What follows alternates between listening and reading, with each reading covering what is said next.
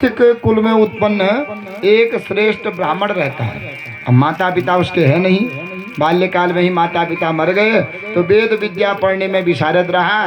तो जब विद्या पढ़ के आया तो घर में आया। अब सब कहते हैं भैया ब्रह्मचर्य पूर्ण हो गया, आप गृहस्थ में आओ। तो किसी श्रेष्ठ ब्राह्मण की पुत्री जो कुलीन है उसके साथ इनका विधि पूर्वक विवाह हुआ, और समय आने पर इनके 2-3 साल हुए और 2 पुत्र भी हो गए। अब जो 2 पुत्र हो गए हैं अपना पंडिताई करते हैं, बड़ा आचरण में नियत है, बढ़िया करके इनका आहार भी बढ़िया शुद्ध है, व्यवहार भी शुद्ध है। तो एक दिन क्या हुआ कि यमराज जी आए, उसको उठा के ले गए। माने जो जितना मांग करके आया था उतना ही है। तो उम्र पूर्ण हो गई, यमराज आए उसको उठा करके ले गए। अब वो बेचारी ब्राह्मणी जो छोटे छोटे पुत्र हैं कैसे पाले, तो बड़ी दुखित हो गई कि अब मैं बच्चों को कैसे पालूं। विचार करने लगी अब रोने से क्या होता है, जो होना है सो हो गया। अब रो करके दुख दूर थोड़ी होता है कि नहीं। हम रोते हैं ना, तो रो करके आंसू बाहर आए तो उबाल थोड़ा देर के लिए निकल गया, लेकिन जो दुख है रोने से दुख दूर होता है क्या? अगर रोने से किसी का दुख दूर होता तो आदि मन तक कौन भैया रो दे, थोड़ा महीन रो दे, मेरे घर रो दिए, मेरा दुख है। तो रोने से दुख दूर नहीं होता, केवल मनुष्य के हृदय में जो दुख है वो दुख रूपी थोड़ी देर रोने से वो उबाल बाहर आया, और बाद में जो दुख है वो तो रहेगा ही रहेगा। इसलिए बार बार रोती है, फिर समझती है भैया रोने से क्या है, अब मेरा पति मुझे मेरे ऊपर छोड़ करके गया है तो मैंने तो निभाना ही निभाना है। तो गांव में कभी किसी के वहाँ काम करती है, कभी किसी के झाड़ू लगाने लगी। ब्राह्मण की पत्नी है, पर क्या करे, विपत्ति अगर सिर पर आ जाती है तो मनुष्य ने सब कुछ करना पड़ता है ना। देखो विपत्ति में अर्जुन को क्या बनना पड़ा, ब्रहन लला हिजड़ा बने कि नहीं अर्जुन में।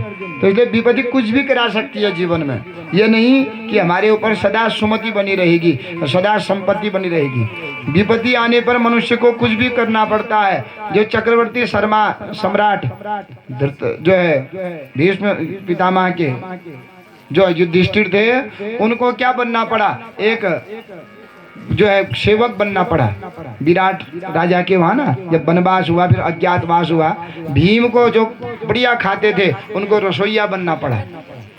अर्जुन को बृहनलला नाम का हिजड़ा बनना पड़ा, और अपनी जो है बहू उत्तरा को नाच सिखा रहे हैं, जबकि इतने धनुर्धारी हैं। लेकिन क्या है कि गर्ज कभी भी किसी को कुछ भी बना सकती है, विपत्ति में कुछ भी हो सकता है। तो इसलिए अब सोचती है भैया विपत्ति आई है, अगर ऐसे ही रहूंगी तो मेरे बच्चे को अन्न नहीं मिलेगा, जल नहीं मिलेगा, बच्चों मर जाएंगे तो मुझे तो ज़्यादा पाप होगा। इसलिए मुझे और धर्म करना पड़ेगा और कर्म करना पड़ेगा। सत्कर्म करने में कोई भी क्षोभ नहीं करना चाहिए, गलत कर्म में ही क्षोभ होना चाहिए।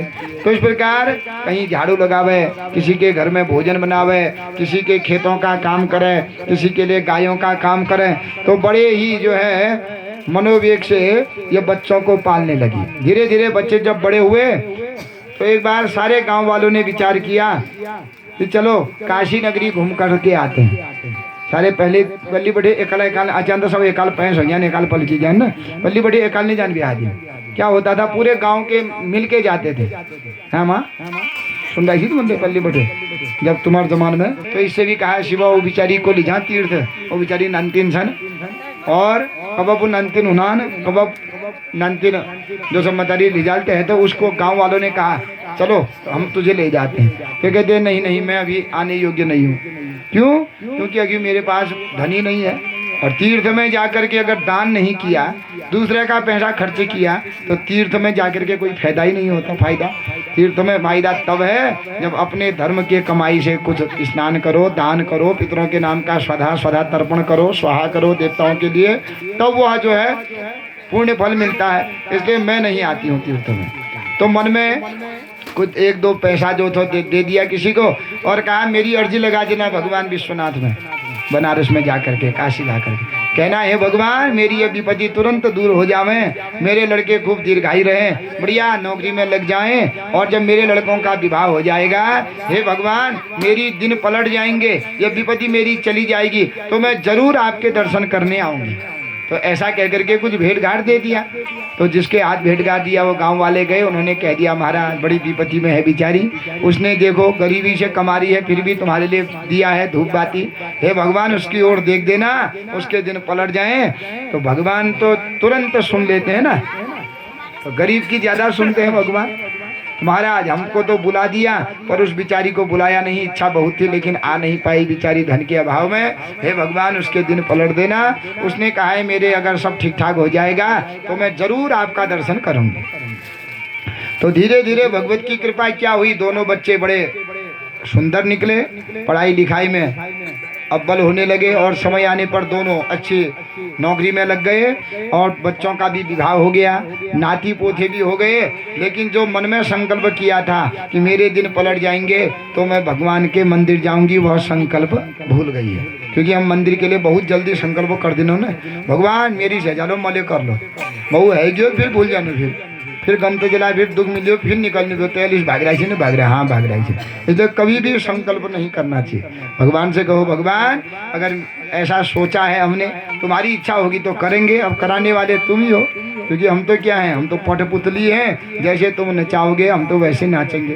पर ऐसा करूंगा मेरी सहजो महिष कर लो, और नहीं कर पाए तो फिर मनुष्य क्या होता है, पाक पा भागी बनता है मनुष्य।